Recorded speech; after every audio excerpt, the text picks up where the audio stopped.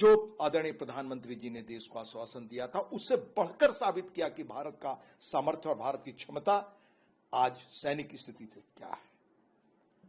दुनिया स्तब्ध है कि भारत आज स्वदेशी टेक्नोलॉजी से कहां पहुंच चुका है।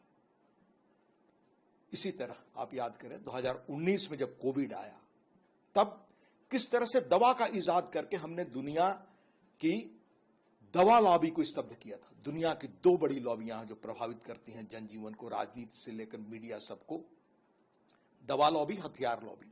आज दुनिया की हथियार लॉबी हतप्रभ है कि भारत की ये स्वदेशी क्षमता इतने कम समय में कहां पहुंच चुकी है। दो चीजों को हमें याद रखना चाहिए। जब भारत ने यह कार्रवाई की, भारत ने जो कहा था वही किया। उसने किसी तरह से उनके मिलिट्री बेस पर, सिविल लाइफ पर, आम नागरिकों के जीवन पर कोई अपनी ओर से उन्होंने, भारत ने कोई इस तरह की कार्रवाई नहीं की। लेकिन उल्टे जब उनकी ओर से प्रतिकार हुआ तो भारत ने उनके सैन्य स्थल और खास तौर से उनके हवाई अड्डों को जिस क्षमता से निष्प्रभावी बना दिया, उसे दुनिया हैरत में। भारत 14 तक मैं डिफेंस कमेटी में था, 4 कमेटियों में रहा। किस तरह से सामान्य हथियारों के लिए हमारे सैनिक परेशान थे।